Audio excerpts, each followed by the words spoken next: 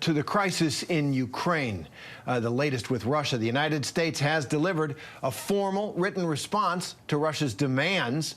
In tandem, the U.S. offered measures to bolster NATO allies and Ukraine's military. So negotiation and tough stance in opposition. Russia's Foreign Minister Sergei Lavrov responded to that letter saying, quote, there is no positive reaction on the main issue in this document, which is the demand that Ukraine never join NATO. But there are grounds on other issues, he says, to keep talking.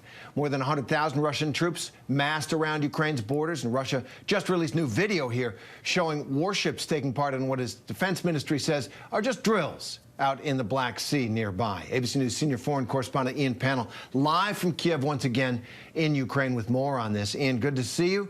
Despite Russian denials, America's chief negotiator in talks with Russia, she's now warning of the possibility of an imminent Russian attack, ratcheting up the temperature. What's the latest on the ground there? How does it feel to you? Yeah, that's right. I mean, she certainly wasn't pulling her punches. As you say, she was the lead negotiator. She's a very seasoned, experienced negotiator dealing with the Russians. And her judgment is that it could happen now, it could happen up to mid-February. There's lots of discussion about the Winter Olympics. Vladimir Putin's going. Given the warming relationships between Russia and China, that he wouldn't want to do anything that could potentially embarrass President Xi of China. The mood on the ground, I would say, look, it's hardening slightly in the sense that all this talk, all this chatter about an imminent military assault against Ukraine, of course, has an effect on the people here. You can't hear that daily on the news without it having some kind of impact.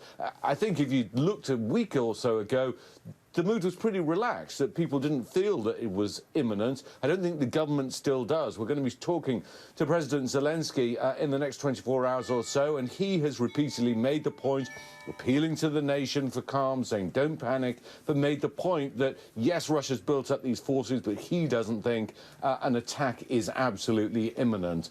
These drills are fascinating, aren't they? And it's almost like the Russian military is releasing more films and Netflix these days. Every single day we're seeing multiple videos, naval exercises in the Black Sea, Russian military, artillery and infantry troops operating in Rostov-on-Don, which is not that far from the eastern Ukrainian border with Russia.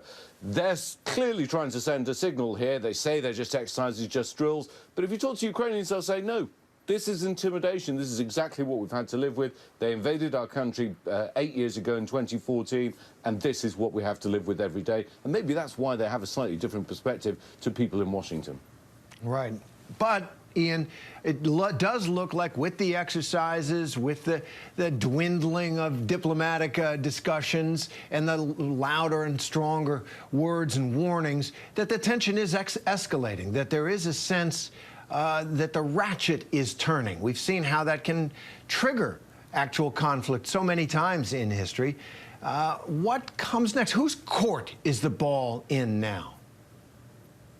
Yeah, I think that's a key question, because both sides are saying, no, I can see the ball in your court. And the Kremlin's going, no, I think it's in Washington's court, because they both think the other has to make the next move. The Kremlin is essentially saying for Washington, you need to make concessions on these security guarantees that Ukraine will never join NATO. And Washington is saying, we've made it clear, we're not going to give you those guarantees. You need to decide what you're going to do next. Here are the grounds upon which we could negotiate, we could agree. And I think that's what makes this situation so dangerous.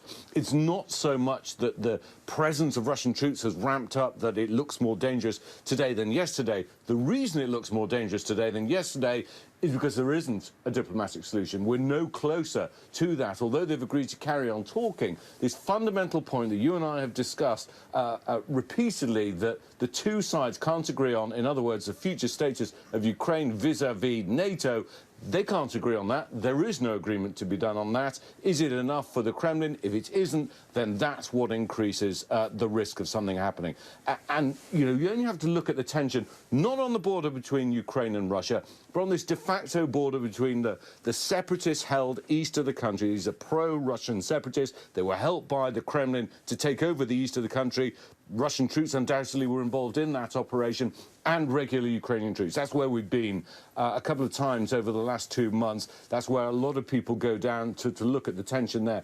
The risk of something happening there, I would say, is probably greater than on the main border, that there is some exchange of gunfire that does escalate, that each side blames each other for initiating it, and that, given the presence of troops, that, I think, is a potential flashpoint. That is why this is so dangerous.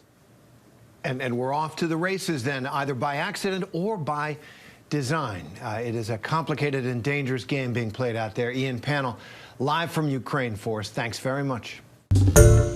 Hi, everyone. George Stephanopoulos here. Thanks for checking out the ABC News YouTube channel. If you'd like to get more videos, show highlights, and watch live event coverage, click on the right over here to subscribe to our channel. And don't forget to download the ABC News app for breaking news alerts. Thanks for watching.